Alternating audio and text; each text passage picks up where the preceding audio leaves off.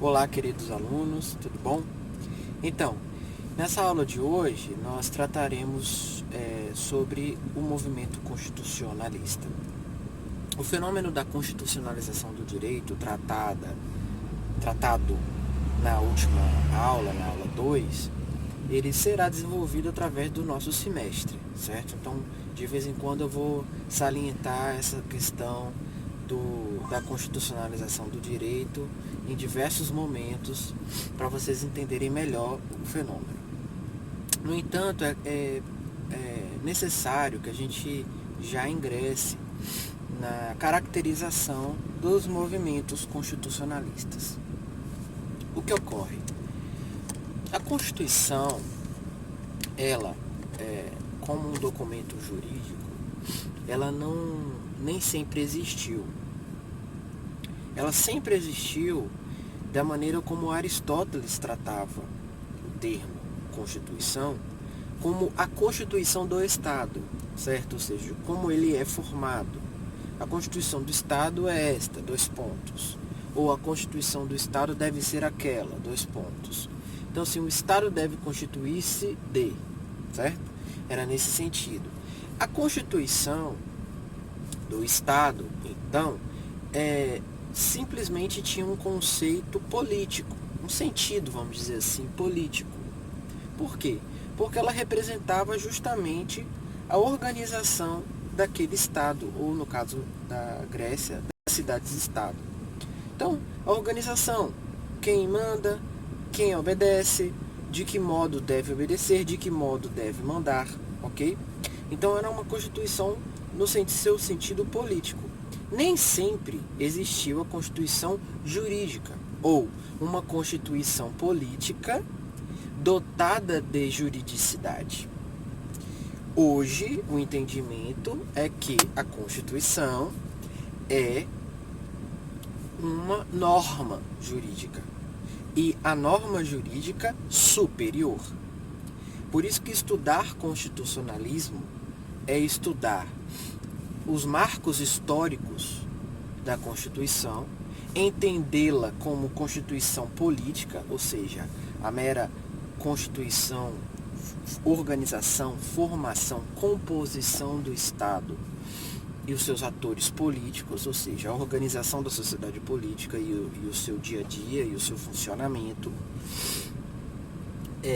aliada à questão de hierarquia normativa.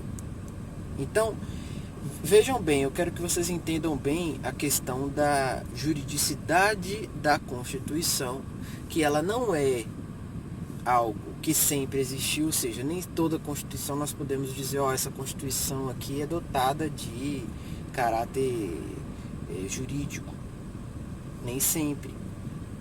Antigamente era um caráter meramente político. Depois passou a ser um caráter político, porém positivo. Ou seja, os reis deveriam observar o que estava na Constituição. Os governantes em geral deveriam, os ministros deveriam observar. Só que no decorrer da história poderia haver uma ou outra violação sem nenhum efeito prático, sem nenhuma sanção para esse ou aquele governante. Ele simplesmente afastava o teor da Constituição política, criava uma nova regra ou simplesmente desrespeitava. E quando ele era sucedido no trono ou no cargo, o outro poderia optar por respeitar. Então ele restaurava aquela norma constitucional anterior que não era vista naquela época, ou seja, eu estou falando na antiguidade, na Idade Média, né? Como dotada propriamente de um poder jurídico que, se você descumprir, você é sancionado, né? O conceito jurídico aqui aliado ao conceito de Kelsen, né? De juridicidade. Compreenderam essa questão? Estão entendendo essa questão? Então, o que acontece? Nem sempre houve o caráter jurídico da Constituição, tinha um caráter político, mas esse caráter jurídico também, ele não foi criado da noite para o dia. Então entendam, a juridicidade da Constituição ela foi sendo adquirida, né, por esses documentos constitucionais históricos, políticos, sendo que ela nunca abandonou a sua natureza política. Então, por isso que, e nos últimos anos, isso tem sido bastante frequente nas discussões políticas no Brasil, se refere à questão de violação ou não da Constituição pelos governantes, pelo presidente, pelos ministros, certo? Então, por quê? Porque a Constituição sempre teve e permaneceu tendo um caráter político. Então, eu quero que vocês entendam também que a juridicidade ela não afasta o caráter político da Constituição. A Constituição tem um caráter político, sim. As suas próprias regras, a escolha das suas próprias regras tem um caráter eminentemente político. No entanto, isso é bem salientado por Kelsen também, né? Kelsen afirma que o caráter político de toda norma, isso aí Kelsen não fala, Kelsen fala não somente em relação às normas constitucionais, mas em todas as normas, que o processo de formação da norma jurídica é um processo político, né? É uma escolha política. Vocês vão ver e ouvir muito que o próprio professor falando com vocês, eu não sei porque escolheram isso, mas escolheram, o legislador escolheu esse ponto, essa divisão. Isso é questão de política criminal, por exemplo, lá em penal vocês vão ouvir muito isso. Isso é questão de política criminal, porque 1/6 da pena é capaz de levar a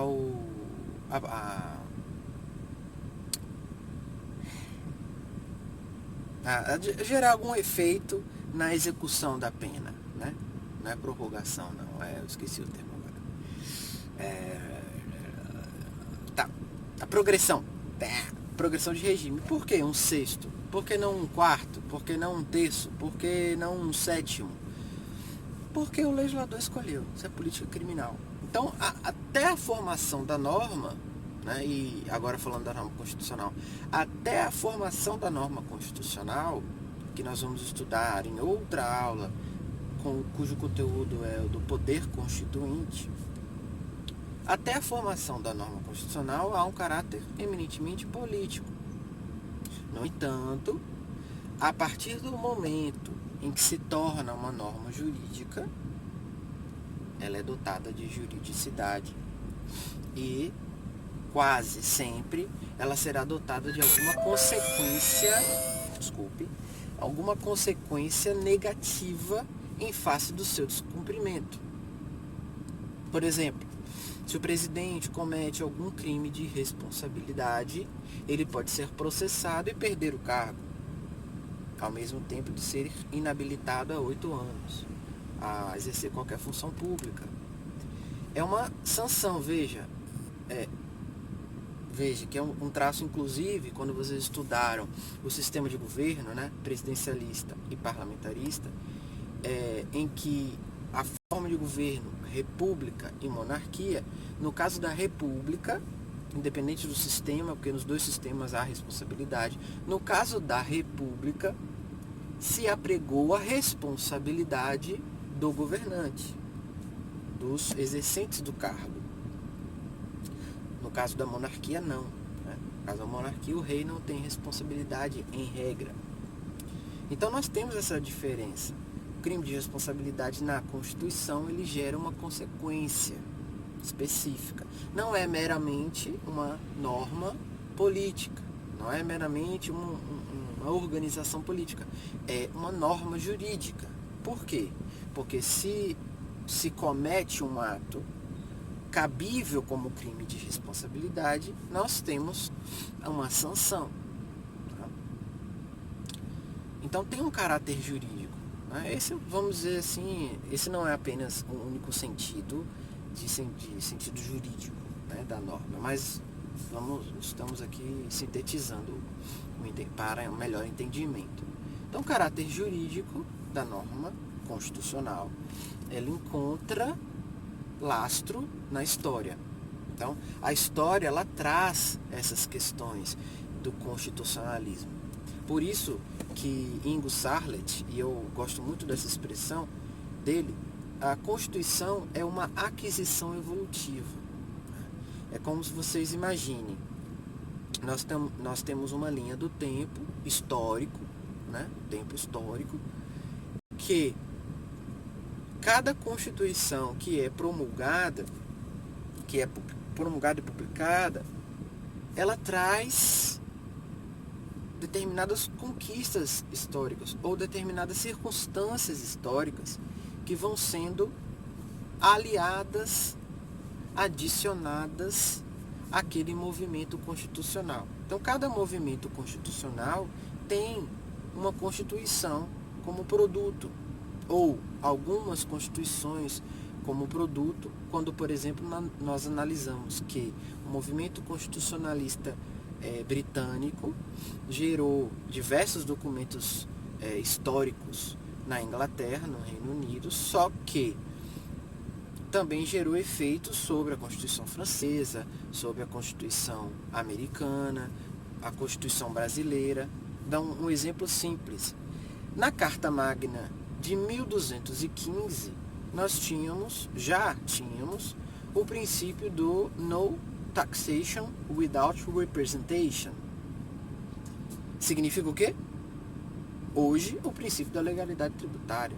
Não há tributação, no taxation, without representation, sem representação política, sem acordo, consenso político, que na época da Carta Magna de 1215 era uma representação política dos barões ingleses.